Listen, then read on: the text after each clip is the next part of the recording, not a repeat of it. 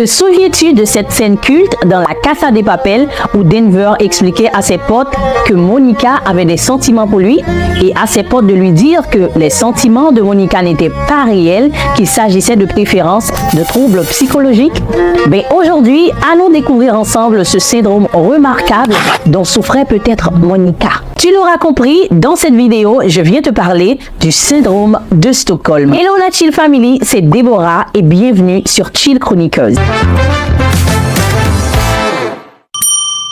Avec la montée des agressions à l'échelle mondiale, plus particulièrement en Haïti, entre le vol à main armée, les agressions à l'endroit des femmes et le kidnapping, les victimes développent tout type de troubles psychologiques. Et le syndrome de Stockholm en fait malheureusement partie. Mais c'est quoi le syndrome de Stockholm?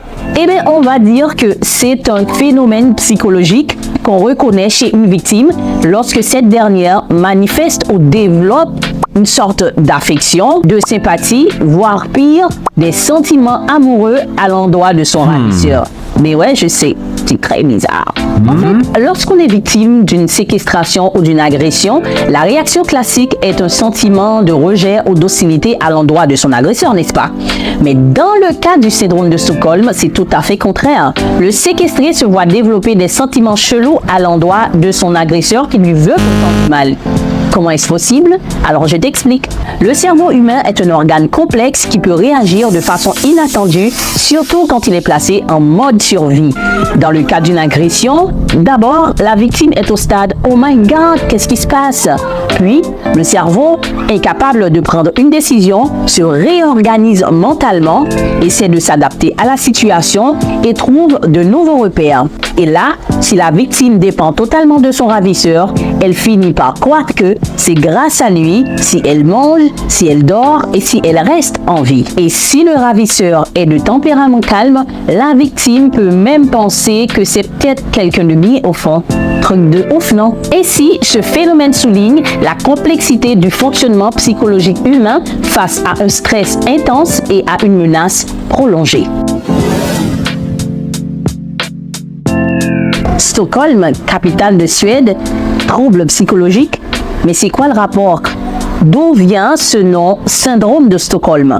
Le 23 août 1973, dans un quartier de Stockholm, un évadé de prison nommé Jean-Erik Olsson décide de braquer une banque. L'attaque tourne mal et se transforme en prise d'otage.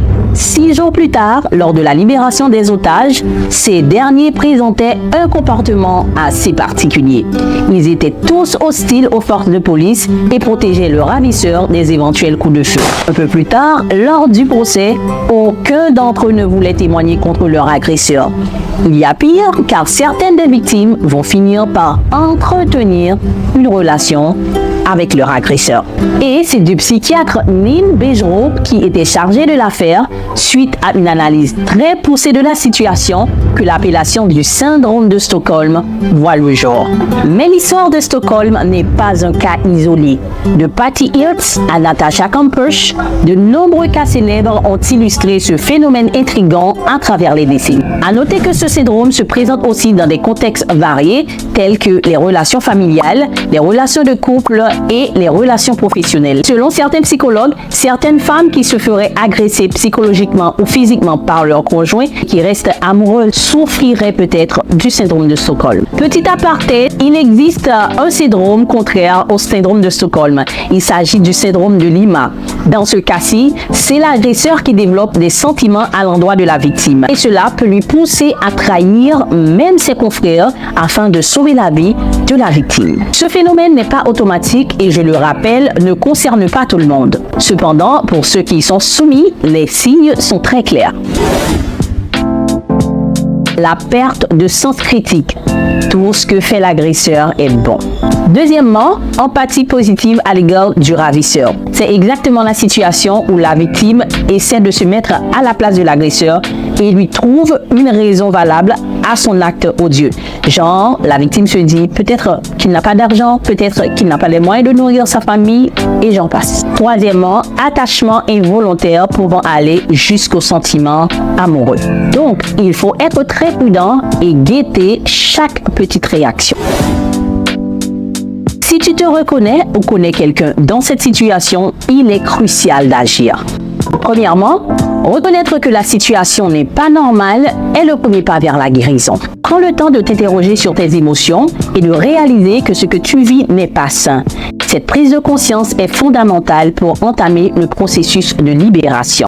Parler à un proche de confiance est essentiel. N'hésite pas à partager ton vécu avec une personne en qui tu as confiance. Le simple fait de verbaliser tes sentiments peut alléger le poids sur tes épaules. L'isolement peut renforcer les sentiments négatifs, donc briser le silence est un premier pas vers le soutien. Un psychologue peut être d'une aide précieuse. Consulter un professionnel de la santé mentale peut apporter un accompagnement personnalisé. Les psychologues sont formés pour comprendre les situations complexes et t'aider à franchir les étapes nécessaires vers une liberté totale. L'écriture thérapeutique peut devenir un allié puissant. Prends le temps d'exprimer par écrit tes émotions. Imagine cela comme déposer le poids de tes pensées sur le papier pour mieux les comprendre.